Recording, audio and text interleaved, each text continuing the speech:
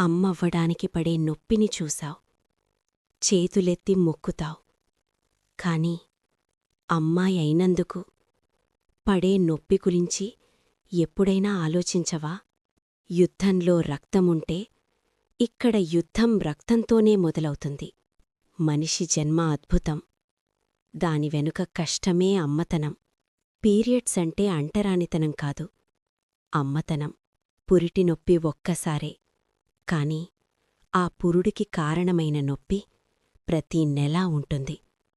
ఎందుకంటే నెలసరి తప్పనిసరి అమ్మాయిల జీవితంలో.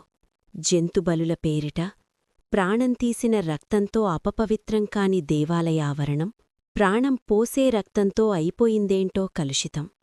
రక్తం చిందిస్తేగాని సాధ్యపడదు స్వతంత్రం. కాని ఎందరో ఆడపిల్లల స్వతంత్రం రక్తంతోనే ముగిసిపోతుంది. ఆడపిల్ల పుట్టుక పోరాటం, బతుకు పోరాటం. అసలు వాళ్ల జీవితమే పోరాటం. ఎన్నో ఎదుర్కోవాలి, ఎన్నిటితోనో పోరాడాలి. అందులో వాళ్ల ప్రమేయం లేని పోరాటాలు చాలా ఉంటాయి. ప్రతి నెల తనలో జరిగే కథనాలు, ప్రతినిత్యం సమాజం చెప్పుకునే కథనాలు. ప్రాణం పోసే శక్తున్నవాళ్లకి ప్రాణం తీసే నొప్పిని తట్టుకునే శక్తి కూడా ఉంది.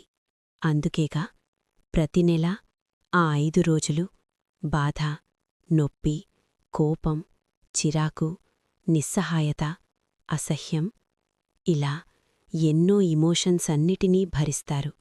ఆ సమయంలో వాళ్లు కోరుకునేది కొంచెం ప్రేమ, మీరున్నారనే ధైర్యం.